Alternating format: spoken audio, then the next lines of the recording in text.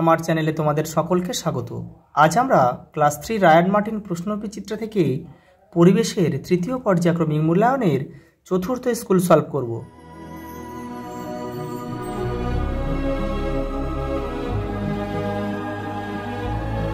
দেখো প্রথম প্রশ্ন, দেখো রামধনুতে কয়টি রং থাকে? 7টি। শরীর সুস্থ রাখতে প্রতিদিন জল খাওয়া উচিত। সিগন্যালে দেখো কোন আলো দেখে রাস্তা পার হওয়া উচিত? সবুজ আলো। সকালে সূর্য যখন পূর্ব দিকে থাকে তখন তোমার ছায়া পড়বে পশ্চিম দিকে। জল, বাতাস, মাটি ইত্যাদি হলো প্রাকৃতিক সম্পদ। পরেরটা দেখো, শূন্যস্থান পূরণ করো। বাঁশের ঝুড়ি তৈরি হলো ঘরোয়া বা কুটির শিল্পের উদাহরণ। চাঁদ সম্পূর্ণ গোল হয় পূর্ণিমার রাতে। মাটিতে পলিথিন থাকলে মাটি দূষিত হয়। মোটর বাইকে চড়লে হেলমেট পরতে হয়। একটি গাছ একটি প্রাণ। পরেরটা দেখো, বলেছে কোন নিচের ছকটি উদাহরণ দিয়ে পূরণ করো। আচ্ছা, বিভিন্ন শিল্পে নির্মাণ শিল্পের উদাহরণ দিতে হবে। বাড়ি তৈরি করা। কুটির শিল্প হচ্ছে ঝুড়ি, মাদুরবোনা। কৃষি সম্পদ হচ্ছে ধান, গম, বিভিন্ন ফসলের চাষ। বাগিচা সম্পদ চা, কফি, রাবারের চাষ। ঘরোয়া শিল্প হচ্ছে তোমার ঝুড়ি তৈরি। ঘরোয়া শিল্প আর কুটির শিল্প কিন্তু একই। ঝুড়ি তৈরি, মাদুরবোনা, কাঁথা সেলাই প্রভৃতি।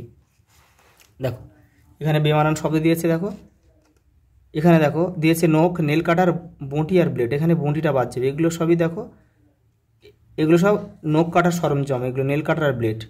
দেখো সিগন্যাল, লাল সবুজ, এই সিগন্যালটা বাদ যাবে। এগুলো সব রং। ইট, বালি, সিমেন্ট, বিদ্যুৎ, এই বিদ্যুৎ বাদ যাবে। এগুলো সব নির্মাণ শিল্পের উপকরণ। দেখো পরটা কী বলেছে? হাতা, খুন্তি, বাড়ি আর হাঁড়ি, এই বাড়িটা বাদ যাবে। এগুলো সব রান্নার সরঞ্জাম, বাদ বাকিগুলো। বাষ্প, মেঘ, জল, বাষ্প, মেঘ, তারা, এই তারা বাদ যাবে। এগুলো সব এর মধ্যে দেখো এই তিনটের মধ্যেই জল রয়েছে। দেখো দিগন্ত রেখা কাকে বলে? তোমাদের বইয়ের 129 নম্বর পেজে রয়েছে, দেখে নাও। তবু আমি একটু অন্য জায়গা থেকে দেখাচ্ছি। দেখো এটা বেশ গুছিয়ে দেওয়া রয়েছে, এখান থেকে করবে। দিগন্ত রেখা কাকে বলে, এখান থেকে এইটা করবে।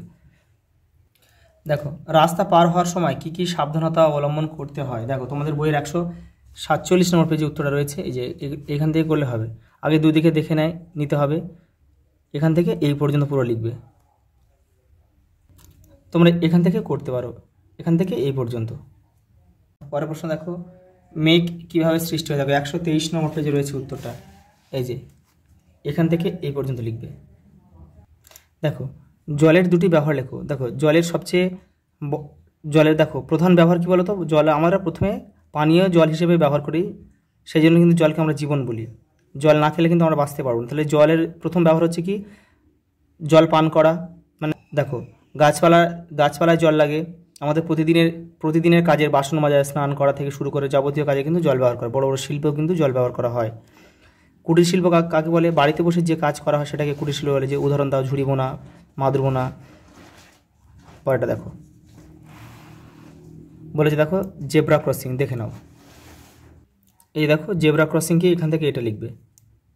দেখো পরের প্রশ্ন কি? ছায়াপত্রিকা দিয়েছে। দেখো 120 নম্বর পেজে রয়েছে তোমাদের বইয়ে, দেখে নাও। এই যে এখান থেকে লিখতে হবে। এই যে এখান থেকে কখনো কখনো আকাশে একদিক থেকে অন্য দিক অবধি থেকে এই পর্যন্ত লিখবে পুরোটা।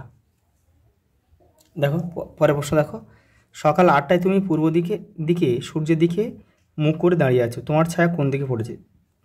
পশ্চিম দিকে। পশ্চিম দিকে পড়েছে।